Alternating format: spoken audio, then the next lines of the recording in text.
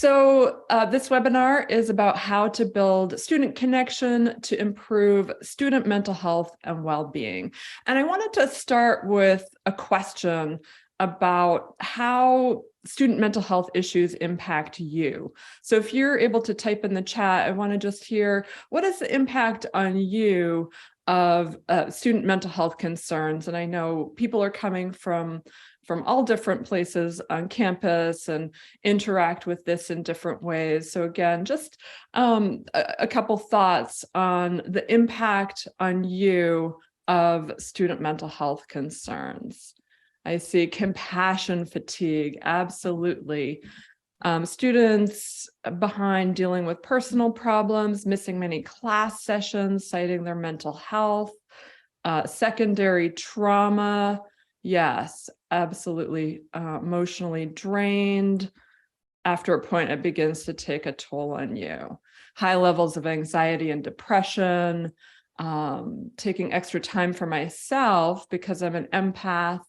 Yeah, so again, that compassion fatigue, frustration that I can't help them, anxiety, depression, hijacking advising appointments.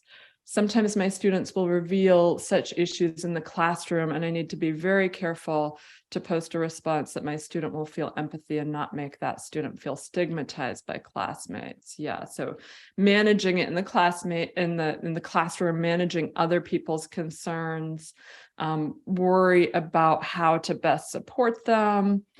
Yeah, so I think I might have missed a couple that were scrolling by a little bit too fast.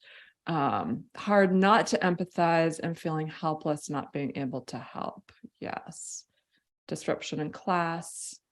Yeah, limited resources, absolutely. Yes, great. So mindful that I cannot solve all the concerns that they bring to the table.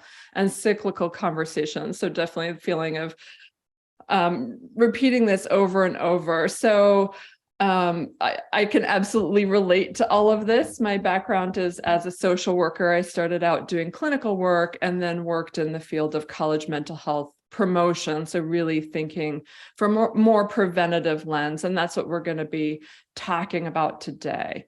And I really see building student connection as a solution, a tool among a toolbox in terms of improving student mental health and well-being.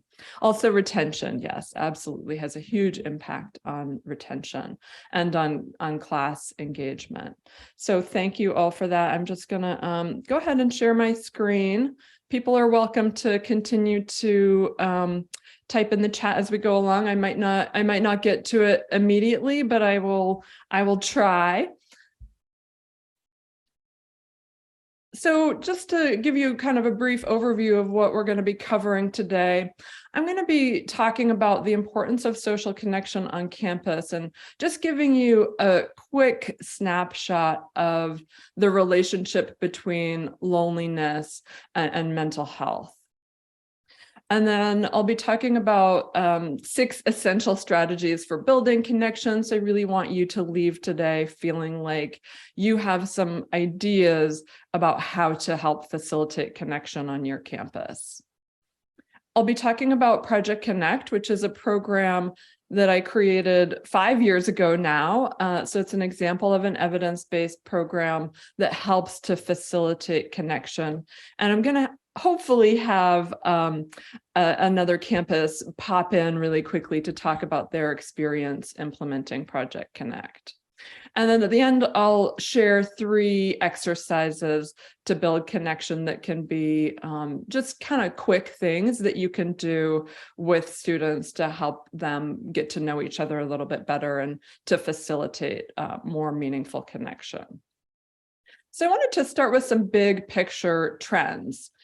Rates of loneliness are rising. They've been steadily rising over the last decade, and Gen Z, our current college population, has the highest rates of loneliness. So even though sometimes the media talks about loneliness as an issue among the elderly, which it is, but when you look at the data, each younger generation has higher rates of loneliness. And so the youngest generations are really hit the hardest by this. And this is from the American College Health Association National College Health Assessment. So many of you may be familiar with that. It's a national survey looking at college mental health and physical health data. And so it's a cohort of hundreds of thousands of students from colleges around the country. And in 2022, 54% of students met the criteria for loneliness at the time of taking this survey. And the pandemic has impacted that a little bit, but even before the pandemic, this was at about 50%. So this was really an issue before the pandemic, and that's really complicated things.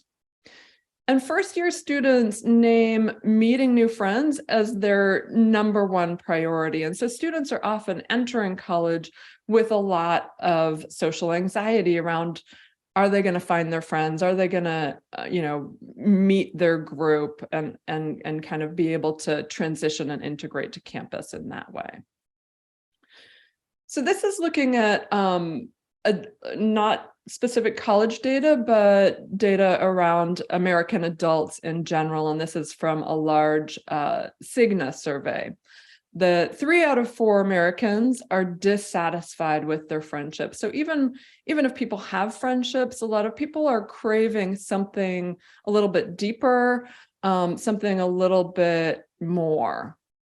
And 1 in 5 Americans rarely or never feel close to people. And this, as you'll see later, is really concerning in terms of mental health, not having people to talk to or people that you feel close with.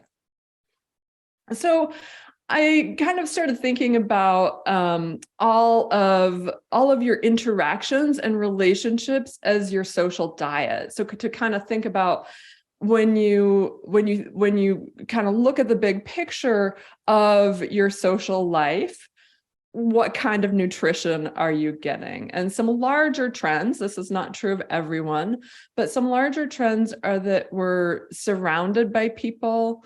Many of us have more connections than ever before, more acquaintances, more friends and followers on social media.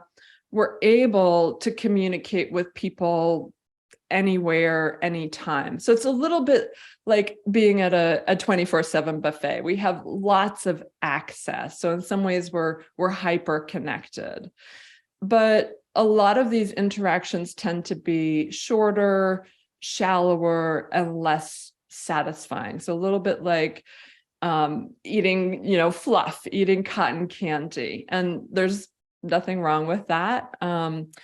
But if that's the bulk of your diet and you're not getting a lot of real nutrition, then you might find yourself really, really feeling socially deprived, disconnected, craving something more. And I'm curious, I've used this metaphor in a lot of trainings with students, and they really can relate to it. I'm curious if this is a metaphor that makes sense and that you can relate to also. I'm just going to pop up in the chat. Is he still? Yes, 100%. Yes, makes sense. Great. Love this metaphor. So yes, this can be a helpful metaphor when you're talking with students about, about kind of how they're interacting with people. Because I think on college campuses, students are surrounded by people all the time. And so they feel like, oh, that should be meeting my needs. But a lot of those reactions fall into the fluff category. So I wanted to share some themes from a series of focus groups that we conducted on the Amherst College campus, because we used the NCHA survey and saw that our loneliness rates were high, and I was really concerned about that because of the impact on mental health. So I really wanted to understand a little bit more about what was going on, what was working, what wasn't working. And so these are themes from a series of 7 focus groups that we did. And they were, I think, 2016, so well before the pandemic, but I think many of them are themes that you may still be seeing on campuses. So students really talked about craving deeper conversations and connections. And I think that's true, not just of students, but of many of us as well. They talked about this pressure to present well.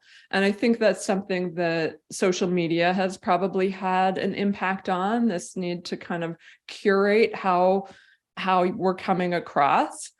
And they really described that as a huge barrier to connection because they felt like it was hard to be vulnerable, hard to be authentic, hard to share difficulties. And that meant when they were struggling, they felt doubly isolated.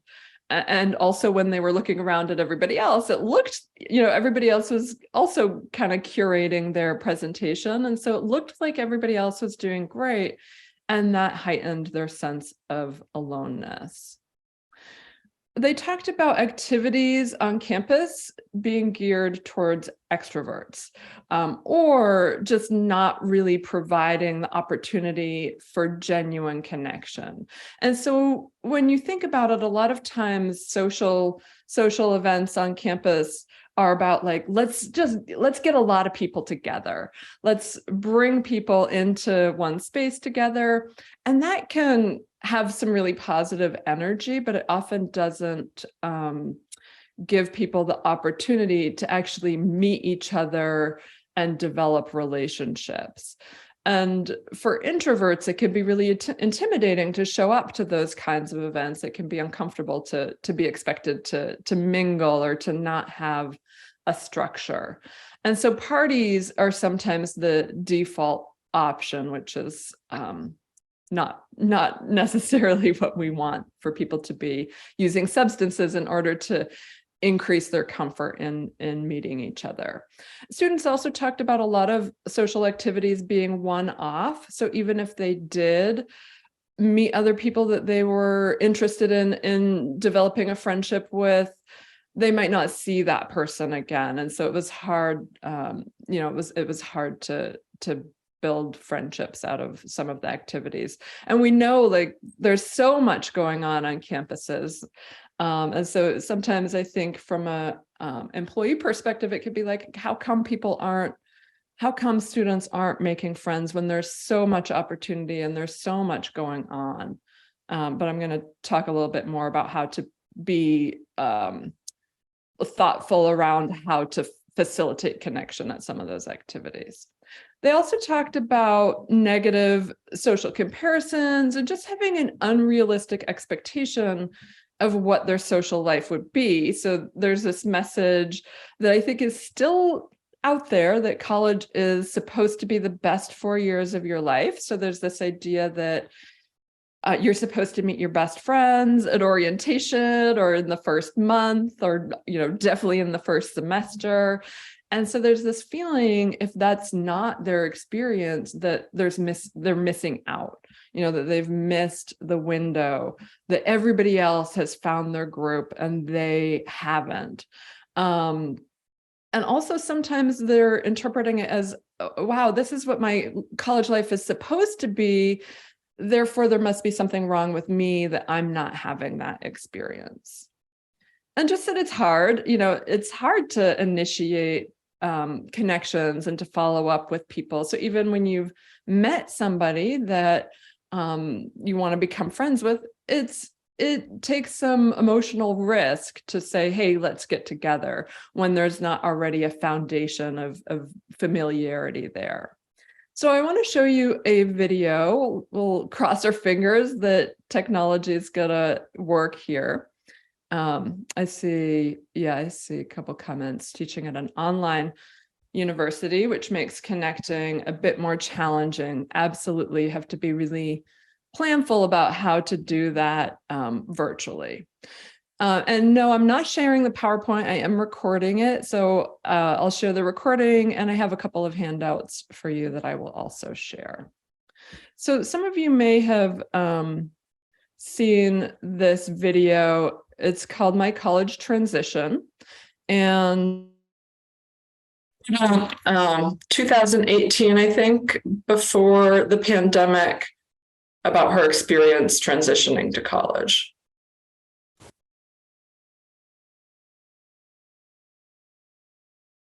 Oh, hold on.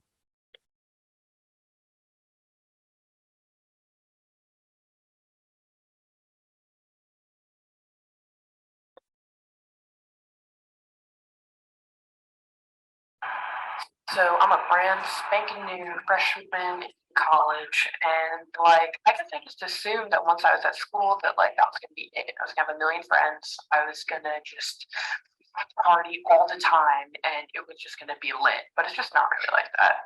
Like I haven't really found anyone I'm super close with, and like I spend a lot of time in my dorm room, and all the people I talk to, like they always say the same thing. They're like, "I swear to God, you're gonna find your people." Like, where are they? Like, what does that mean? And I feel like everyone else kind of has found their squads. Like, people walk around in big posses, and I definitely don't have that. I feel more like a planet, solar system, and like I know people, and I say hi to them when I pass by them. But that's kind of it. Um, Also, like I have friends who went to other schools, and they just seem like they're literally having like the most fun ever. I know social media is fake and stuff, and people are picking and choosing like the coolest parts of their life to show you, but like I don't really gets to you. And they're all like partying all the time, but I don't really do that, I guess. It's just weird because you wonder if that's what you should be doing. Like the phone sucks too. The phone in general makes it so hard. Got this constant reminder of like all my friends back home and how close we were and all the fun stuff we did together. So I guess that distance can just like really get to you. And to be honest, making new friends is so hard. Like, I'm social, but I feel like I really have to force myself because, like, I don't know, people don't go up to you to talk to you. And I feel like I'm always going out of my way to just, like, talk to people. And I don't know, I feel like I'm intruding that, like, I'm getting in the way of people and their friends. I take a lot of space in conversation.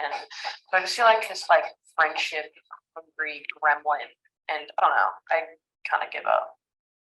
And I thought joining clubs would help, but just because people have similar interests doesn't really mean that they'll get along. So I don't know, that didn't really work as well as I had hoped. I did receive this letter from my mom, who kind of knows how I'm feeling about this whole college transition, but she basically said I have nothing to fear, that everyone goes through this. She almost wanted to transfer schools when she first went to college because she couldn't really find her place. We also put in an op-ed in the New York Times where this guy interviewed a bunch of college students, and they all talked about how the media portrayed college as like the best time of their young adult life, but they actually had a hard time adjusting. Everyone talked about how easy it was, but it's not really that easy. And you can be surrounded by people but still feel alone. So that made me more comfortable knowing like I'm not alone. We're all kind of going through this experience together. And but basically, I guess just things take time. I've got to be patient, and one day my wings will grow, and I'll probably fly with the big ass posse, and we'll go like burn and pillage or whatever. But to be honest, I'm probably gonna complain about it somewhere.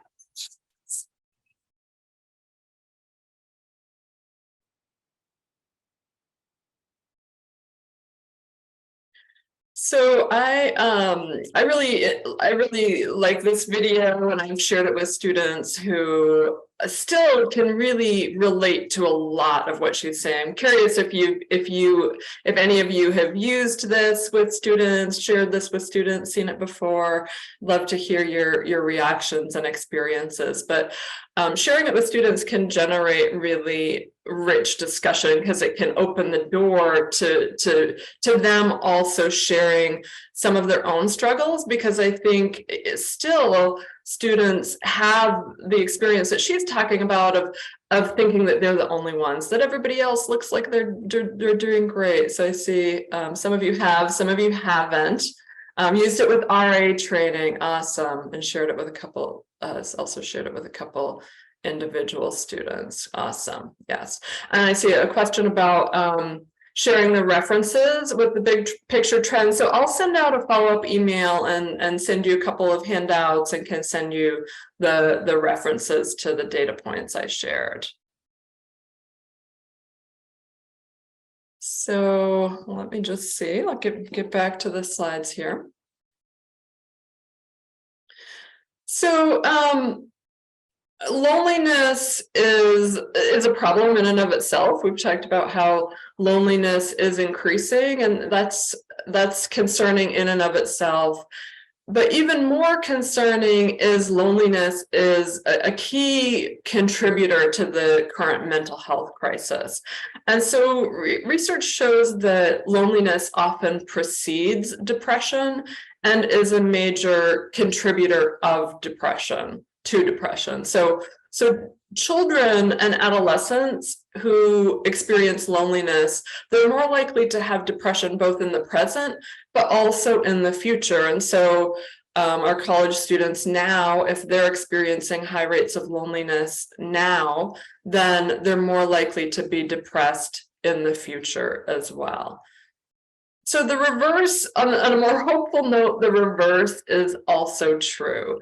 That when you help facilitate connection, facilitate positive relationships, and help students connect, you're protecting them from negative mental health outcomes.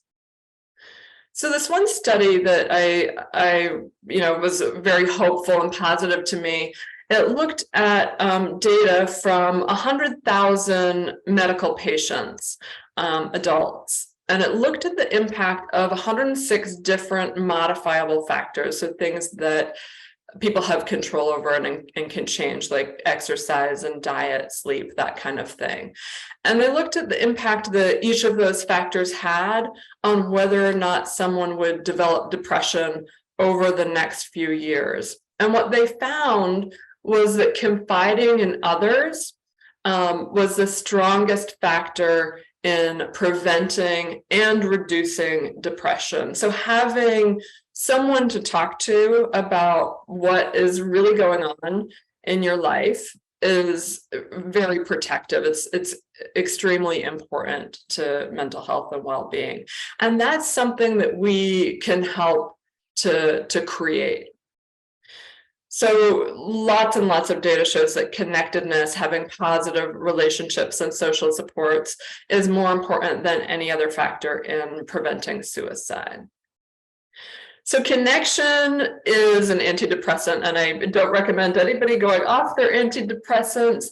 It doesn't work the same as a medical antidepressant, but it does help to fight depression. It helps to both prevent depression from ever developing in the first place.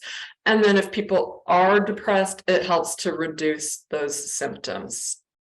It's also the strongest predictor of happiness. So I think a lot of current students are very success driven, very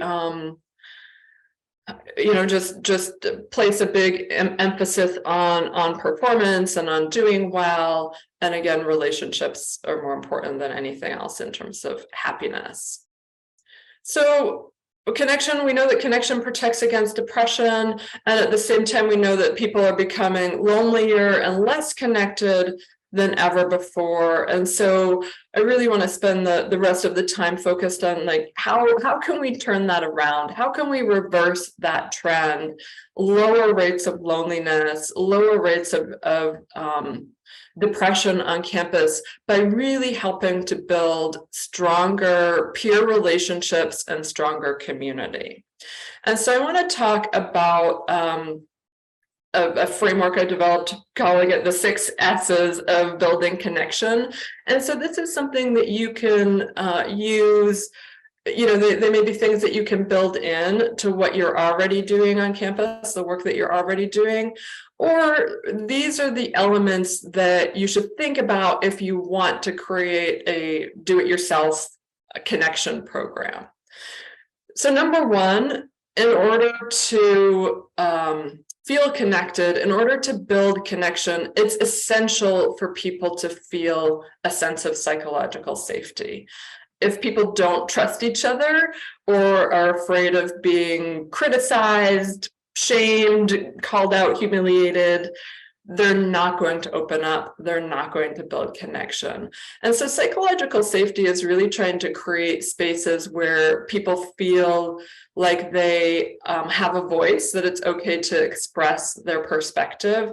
And even if those perspectives, even if there's disagreement, that they're going to be respected as people, that the opinion will be debated rather than them being personally attacked. So creating spaces where people feel like they're able to be themselves, and that it's safe to do that and to express their own experiences. Having small, opportunities to interact in small groups. And so again, I mentioned in the focus group themes that a lot of people, a lot of events bring lots of people together and think like more is better. But people are more likely to actually build relationships when they're with small groups, because it provides the opportunity to get to know each other. And so I would say, 4 to 8. Having a structure, particularly for introverts. So extroverts might feel comfortable kind of showing up to something, not knowing what it is, mingling, but introverts really need a sense of structured activity, something to focus on, something to take some of that pressure off. And sustained over time. So rather than one-off events, thinking about how can we have multi-series events, things that build on each other with the same people to develop those relationships and to deepen those relationships over time. And there needs to be an element of sharing or of self-disclosure. So classrooms are structured and are sustained over time, but a lot of times students could sit in the same class for an entire semester and still not know each other at all if there's not this element of actually interaction and sharing.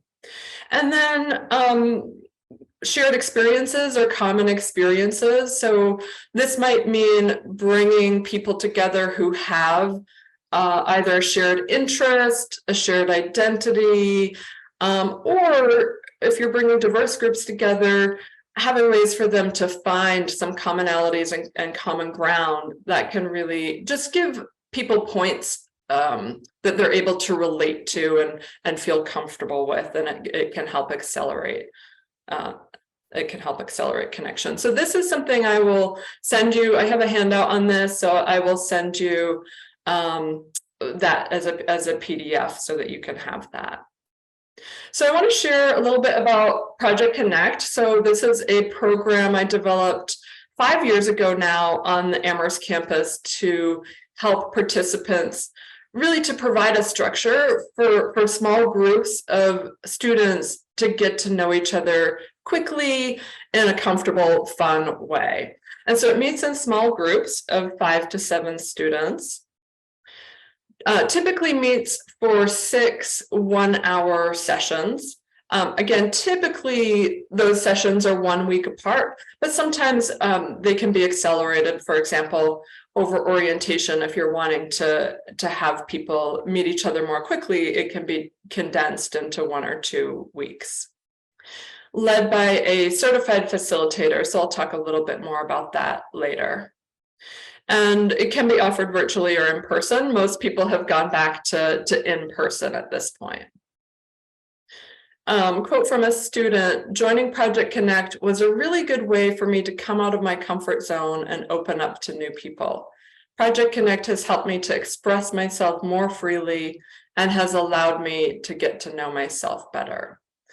So a lot of people talk about it as a way to get more comfortable talking and expressing themselves, as well as having this opportunity to take a little bit of time that they're not doing or learning, but they're actually reflecting. So the first 3 sessions are conversation-based. They use the connection cards, which have a question on each card. So there's a question prompt that are sort of carefully designed to facilitate the group getting to know each other. So some of the examples of that are, is there a story behind your name? And that could be your first, middle, last name, or nickname. Do you know what your name means? Another example, a little bit deeper potentially, is if you were to pick a theme song for your life right now, what would it be and why? And then a little bit deeper again is 5 years from now, what will you wish you had spent more time on and less time on in the present? And so these questions, people can decide. They can either go really deep and personal with them or less. And so they're questions that help encourage conversation, but people can sort of choose their level of sharing. And then each group ends with a question that just helps the group make sure they end on a positive note in case there was a question that was a little bit, that might have stirred up something a little bit emotional or something like that. We want to make sure the group closes on a positive note. So an example of that would be, please describe something from today's group that you related to or that felt meaningful. Session 4, they do a mini connection project. So there's a set of stationery with prompts that just has them write positive messages. So messages of gratitude, appreciation, kindness, support, ideally to other people on campus. But if they don't know other people on campus, it can be people in their lives as well. And this is both to help spread connection a little bit beyond their Project Connect group, but also it's, there's a lot of positive psychology research showing that gratitude and appreciation can have a positive impact, both on the mood of the recipient as well as the person who is sharing it. The 5th session is a closing session. So each person shares a personal object that's meaningful to them. They have an opportunity to give each other some positive feedback, and they close with a reflection exercise. And then the 6th session is something that the group plans together. So that could be a shared meal, a game, an activity. It really is up to them, but it's meant to be a little bit more informal and fun. And so that's what it looks like. And the feedback on the Amherst campus was really phenomenal. So 98% of participants said they would recommend it to a friend, and 95% would like to participate again. And so those of you who do work in programming, that's like, that's not a typical result, especially for a multi-session program, because I was really worried our students are incredibly busy. They aren't going to sign up for this. And the feedback was that they actually wanted more. So it started out as a 4-session program. Now it's expanded to 6 sessions. Another participant shared that Project Connect melts away the timidness and inhibition often felt when meeting new people. Every time I participated in a group, I left with fewer barriers and stronger connections between myself and the other members. So I want to just pause. Toby, are you here to share? If you're here, would you mind raising your hand so I can try to find you and share the screen with you? All right, hold on one second. I'm gonna. Great. So Toby Roos works at the College of the Sequoias in California and has used Project Connect in the classroom. So I wanted to just bring her on to share for a minute about her experience. So, hi, Toby. You're on mute still. There you go. Thank you. Thanks for coming. Yeah, so just tell us a little bit about how you used Project Connect and how it went, and whatever you would like to share about your experience. Sure. So I started at a new job at the college. It was the same semester that we went back in person after COVID. And so I was so excited to be back together, and I thought, this is great. Students are going to be as thrilled as I am, and everyone's going to be ready to connect in person. And it wasn't quite like that. I found that students were able to connect with me, which was great. But when I would put them in small groups and give them a prompt or try to get them to kind of connect with each other, it didn't really work very well. And so that's when I reached out to friends and colleagues, and they recommended Project Connect. And so I attended one of these meetings and I thought, this is it, this is perfect. But I had some reservations, kind of like Jessica said, like, we have students are busy, are we going to get them to come? And so we decided to implement it as part of the classroom. And so I put it into my curriculum for, I teach psychology. And so we had it in like a 3-week session. So it was twice a week for my Tuesday, Thursday class. And I gave them the option of doing a paper instead. So they had some buy-in, and surprisingly, no one wanted to write the paper, and they all participated. And I did do like a pre-questionnaire because I kind of wanted to just get a vibe. And I asked them to journal and said, how are you feeling about doing Project Connect? And every student said they didn't want to do it. They weren't looking forward to it. And so I thought, well, okay, here we go. And after the first session, it was amazing because you could just see it was like their inhibition kind of like melted a little bit. And each time it was like, the iceberg melting. And by the end, I had them do their exit questionnaire. And similar to what Jessica shared, I had 100%. Every student said that they enjoyed it, that they would do it again, they wanted more. And to me, that was amazing because I knew how much they didn't want to do it in the beginning. And so this population, we it's a community college. And so we're very concerned about soft skills. A lot of them struggle in that way anyway. And what I was so impressed was that really the structure of this really did help with that anxiety. Also, we had students so I would oversee it, but I would have students kind of take on that leadership role. And it was great because I didn't have any strong student leaders in that group, but I had those that were interested in taking on something like that, but didn't know how to do it. And it was such a beautiful way to kind of help them kind of take on leadership, and they wouldn't normally have those opportunities. And so then in a lot of their feedback, it was amazing to see, we talk about the importance of equity and how we have that in the classroom. And this was something where they said, everyone participated, several students said, now I feel like I can go into a classroom and that even though it doesn't look like I have anything in common, I actually do have things in common with people sitting next to me. I know how to start conversations. I had just this last session that we did, I had a student that said, I started talking to a person in line in front of me at the grocery store, which I've never done before, which I thought was really cool, because you want to do things on campus that are then going to transfer to real life. And that's really neat to see that this actually does that. We talk about things, we teach things, but this is actually doing it. And so them kind of drawing those conclusions and those takeaways themselves was really neat. And so we've been expanding our program. And what's also wonderful about it is that the structure is there. Once you get trained, you take it and you run with it. There's no prep. There's not a lot of prep work, the day before. You don't really have to do anything. You just take it and you go. And it's versatile. So we're actually using it with some of our incoming students and doing it as part of our leadership training. And we did our first one in January and it went phenomenally. And our administrators at our district, they're like, how do we do more of this? Like, this was amazing. We've been looking for something like this. So I think it's been cool for me to see it in different ways. It's been successful in every way we've used it. We haven't had a crash and burn yet. So, which is amazing when you think of something like this, a program like this, and to be able to have it implemented so easily.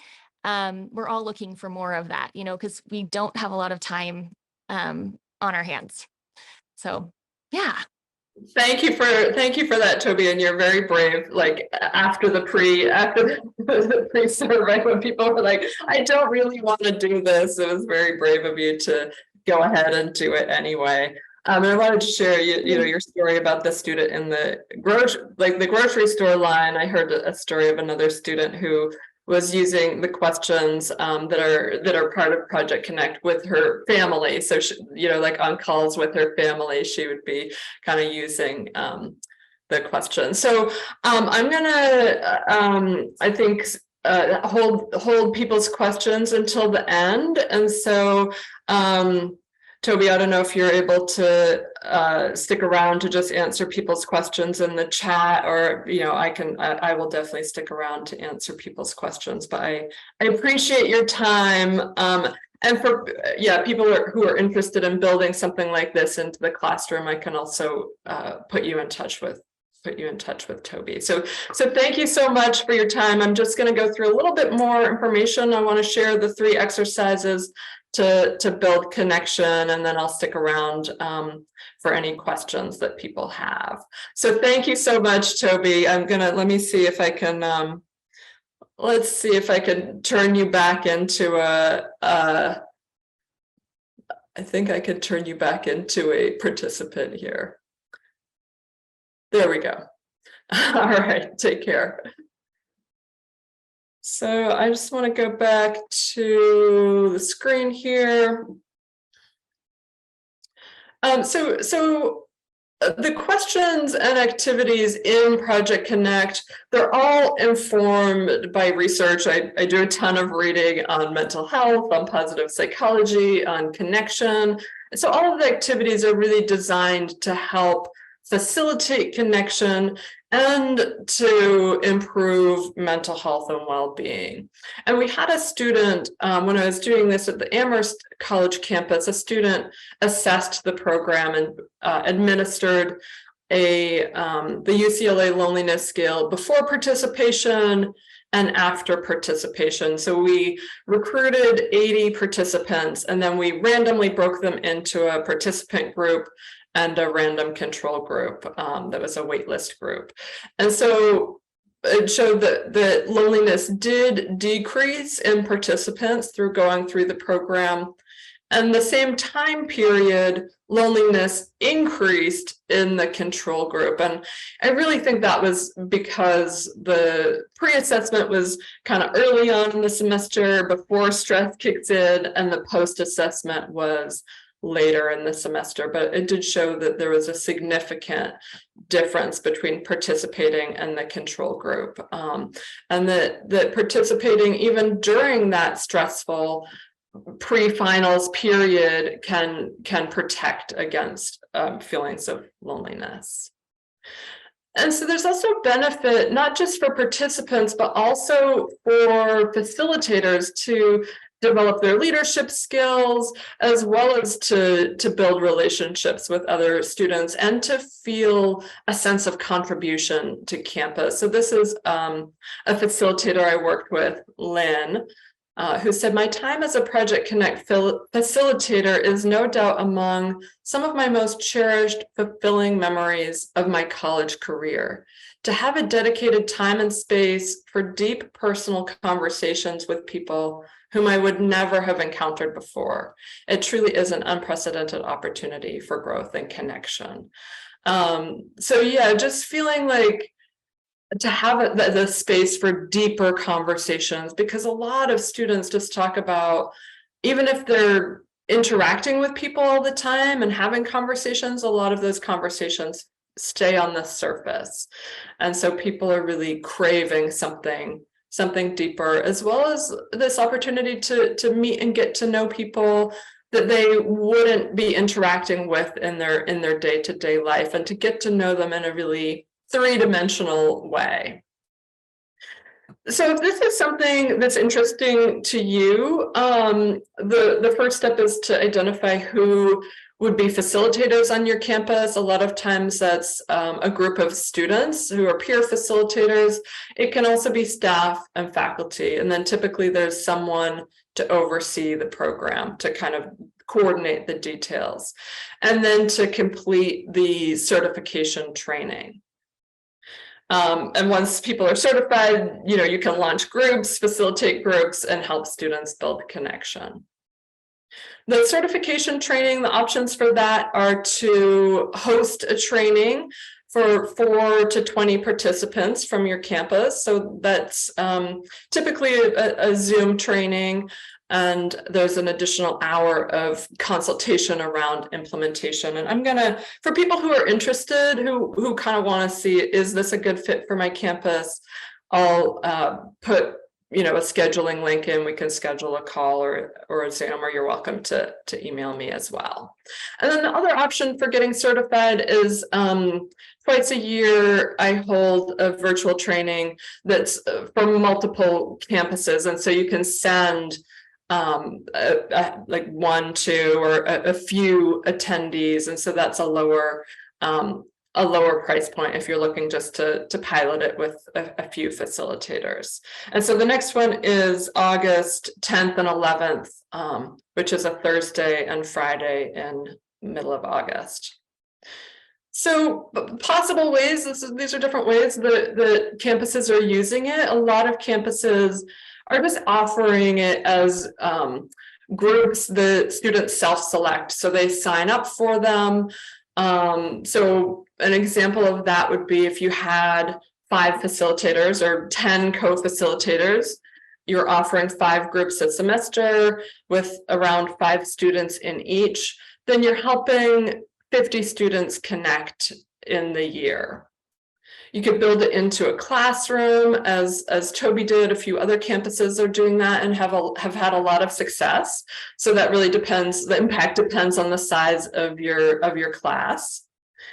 And then I'm really excited about larger scale applications, like embedding it into orientation and imagining. There's some logistical issues there because the groups have to stay 6 or less in order for it to really work. But imagine your entire incoming class starting the year feeling like they had some positive peer relationships, that they felt connected to people or had friendships. And I think that could really make a dent in some of the mental health issues on campus. A quote from an administrator saying, Project Connect is a powerful way for campuses to offer students an opportunity for belonging and to protect mental health at the student and population level. Sometimes I've explained the program as a friendship lab, giving students the opportunity, so rarely afforded, to try out friendship and authentic connection in a supportive space. And that's at Middlebury College. So I want to share 3 quick exercises. These are exercises that are part of the Project Connect program, but they're also things that you can use in a group, potentially in a classroom. If you're supervising RAs or supervising other student employees or student clubs. And the first is a check-in, very simple, but providing a check-in prompt, like what went well this week and what didn't go the way you wanted it to, or just, like share your happies and crappies from the week. And I did this with I had a group of about 8 student staff that I was working with. And they said that they looked forward to the check-in all week. So it just provides a short opportunity for people to share what's going on in their lives and to really get to know each other better. For all of these exercises, I don't advise doing them in a really large group. So if you have a really large group, break people into groups of 3 or 4 to do this. A question of the day. So just providing an interesting question prompt that gets people to reflect. So an example of that is what fictional character would you most like to be friends with and why?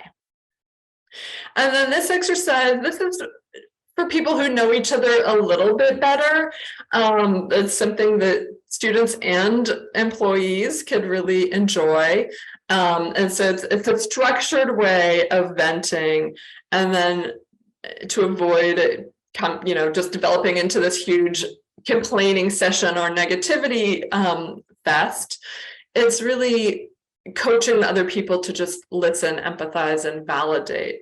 And so each person gets a chance to vent about something that's not like, a number 10 on the stress scale, but, something that is taking up some mental space, and to receive some validation.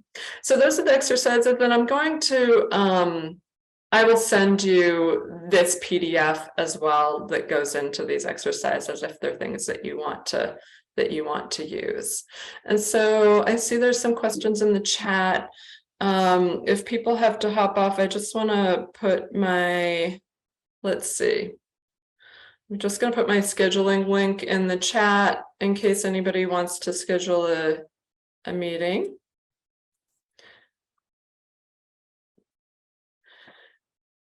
Okay, and let's see if I can see the chat here. Hold on, I'm having trouble seeing what's in the chat. I have to go. This has been great, love that.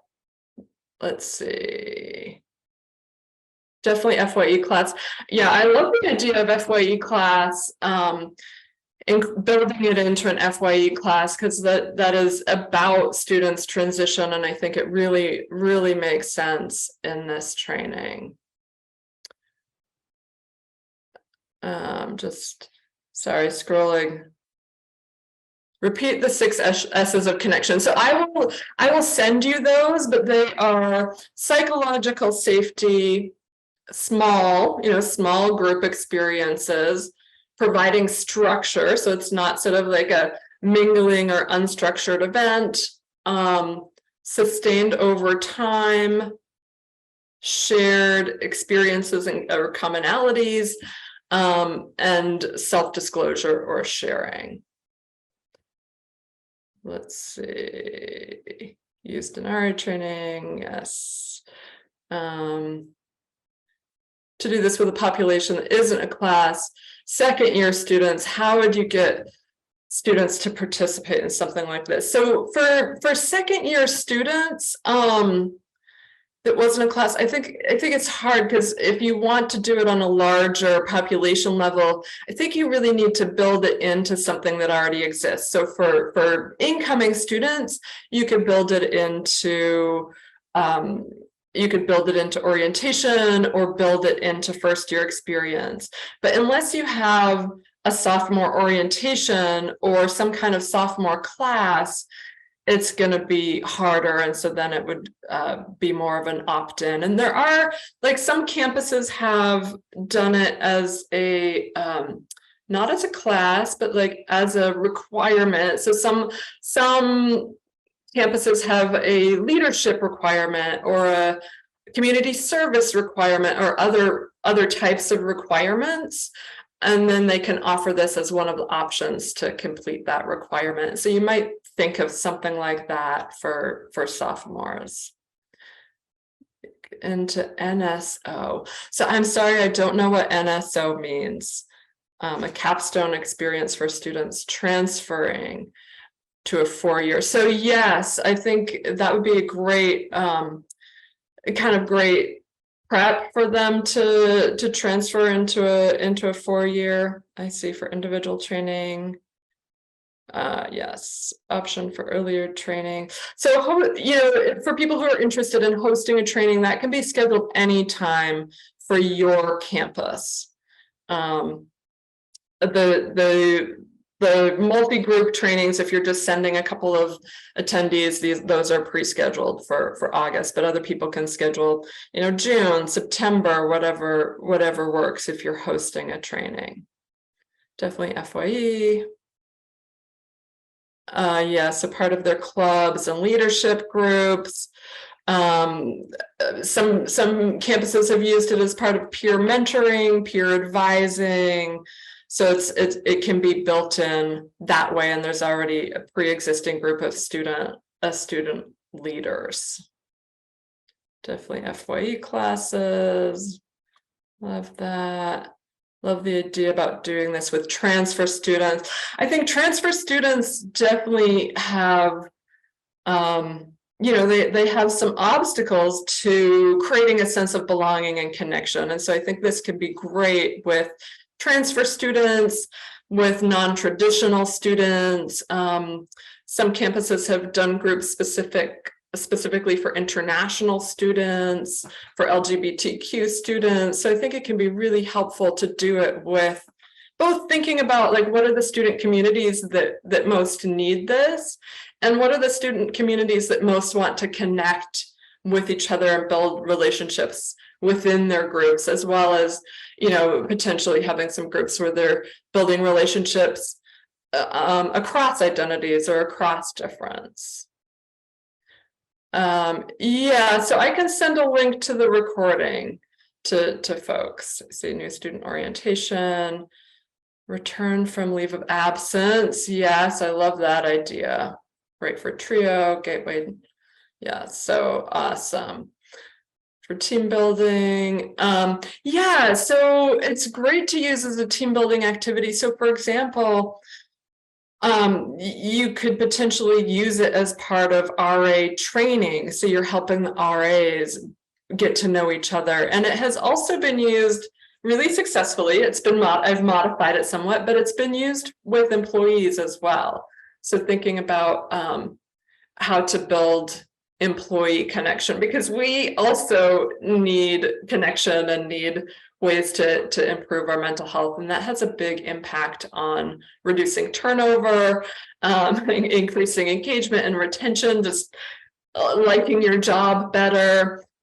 So yes, so it can be used within teams to help build connection in teams as well. Just seeing. Yes, yeah. So Toby has had that experience using it for team building. Just seeing if there's anything else. So yeah, any other questions? And I'm happy also, if anybody wants to stay on the line, I think I can, unmute you and have a conversation, or invite you to be a panelist so that we could have a face-to-face conversation. I'm happy to do that, but let me know if you have any additional questions. I'll just continue to hang out a little bit longer if people have any questions or want to stay on the line to have a conversation. So thank you all for coming, and I really hope that some of the information has been helpful just in thinking about how to facilitate connection between students and potentially between employees on campus.